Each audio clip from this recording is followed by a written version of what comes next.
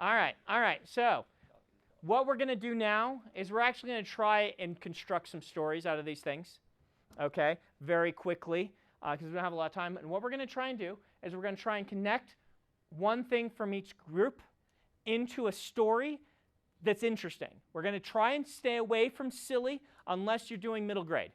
Middle grade likes silly, and so we can stray a little more silly that way. But what's that? Or Robert Aspirin. I mean, you can do silly, but it's got to be humorous silly. It can't be just ridiculous for ridiculous as snake. I guess aspirin was ridiculous for ridiculous. Anyway, all right. So what are we going to do here? I'm going to say that I really like. We're going to just start with the. Let's start with a fantasy one. Let's start with the dentist's office. All right. What can we connect this from any of these? It doesn't have to be that can make the dentist's office more interesting.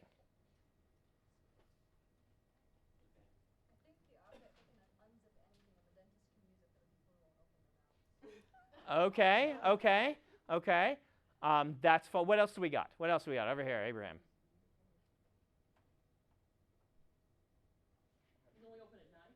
Only open at night? Okay. Dentist only open at night? I think we're pushing toward the vampire. What other ideas do we have here? Somebody inherits their brother's dentist office, and people can use it to go back in time before they had a cavity and leave the portal. Okay. Okay. That's interesting. That would be an interesting short story. I'm not sure if there's a novel there, but that is a short story concept, and I like that one. So we can go ahead and write that one down. Dentist office, portal, things like that. I just want to explore where else we go. People are unconscious in the dentist chair, they see the future. Okay. Okay. That's our time manipulation thing. Okay. How does that relate to the dentist, though? I mean, you could just. They get gas. Yeah, that's the gas. That's not the dentist's office. Why is the dentist's office important? Maybe it's a dentist, but they're at a time period when we don't necessarily have our standard dentist chair or something. Okay. Yeah, see, I'm more interested in something like that. I'm more interested in Stone Age African dentist. Okay? Why am I most interested in that one? It's because that seems, number one, it takes us to a new time and place. Remember, I'm not looking for ridiculous connections. And a lot of these sounded a little bit ridiculous or quirky. What I'm looking for in this is something that has innate conflict and takes us to an interesting time and place that we can tell a whole story about. And so for me, I would immediately do this. What do you do with the Stone Age Africa and the dentist? Well, I think the dentist office inside a pocket dimension that somehow people can cross over into. Okay. Let's stay for things up here. We're going to stay. We don't want to add new stuff to this right now. We're going to stay. What else do we connect? I'm going to give you Stone Age dentist in Africa. What else do we connect? It does fit pretty well with the 5-year-old shaman, doesn't it? I'm going to go ahead and connect that one over here. So the 5-year-old shaman is connected to the dentist. I'm going to guess she's not the dentist, that she's the apprentice to the dentist, okay? Right? Who is the shaman, but also the healer. Tell me more. Well, maybe we can make it so that to use the time travel, have the dentist be stuck in Stone Age Africa, and the only thing he knows how to do is fix teeth. So that Whoa, hey, I like that. I like that. Okay, so we've got the time travel here. So we have a dentist, and all he can do, right? And he's training this 5-year-old shaman, but he's really teaching her science, modern science. Okay, that's cool. This is working. What else? Let's see, like maybe there's a belief system like teeth are sacred and the mouth is sacred. Okay, I like that. That works. Sacred mouth. Okay.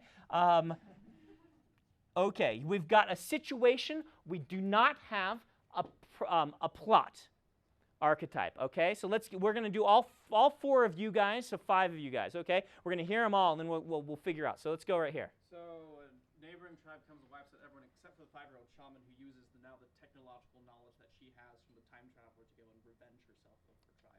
Okay, okay. So we could totally do the revenge plot. Revenge for her tribe. Okay.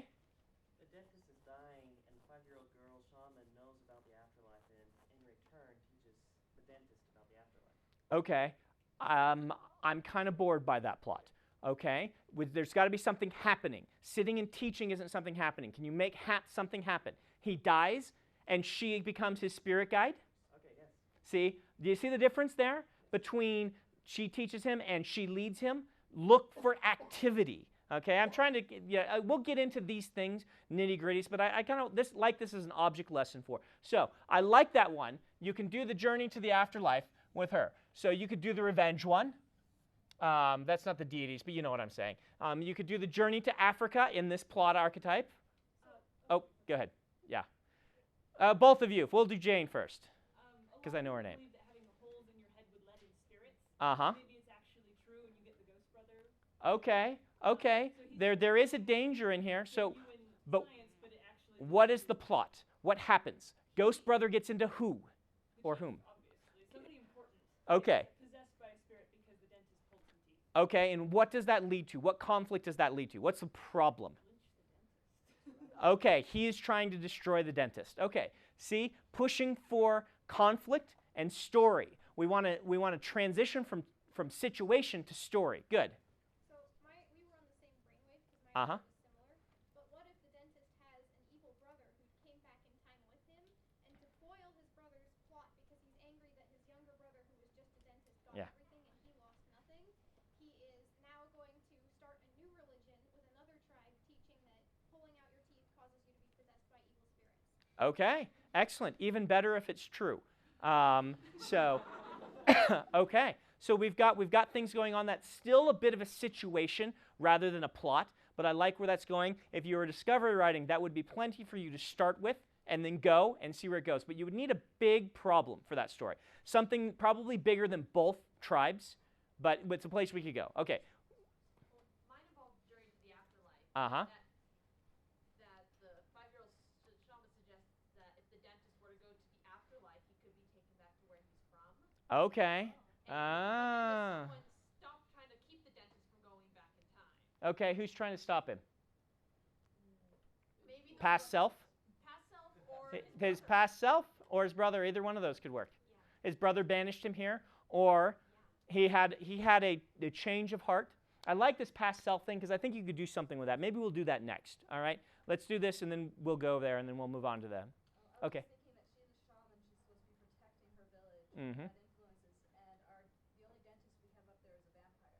Yep. So he's helping them by giving them longer and healthier lives through helping their teeth.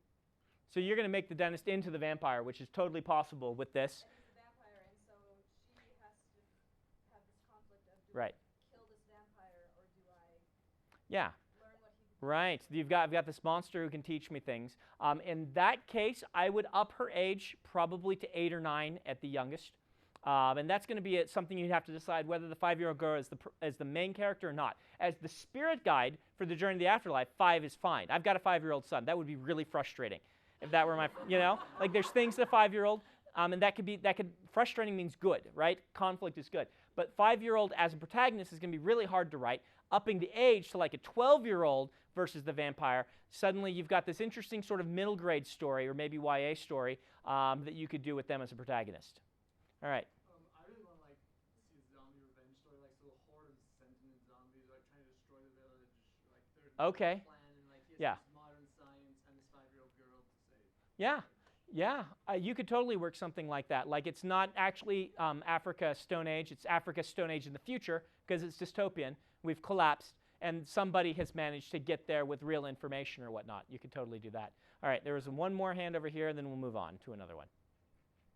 I forgot what Okay, all right. So you kind of see what I'm doing here. This is off the cuff, right?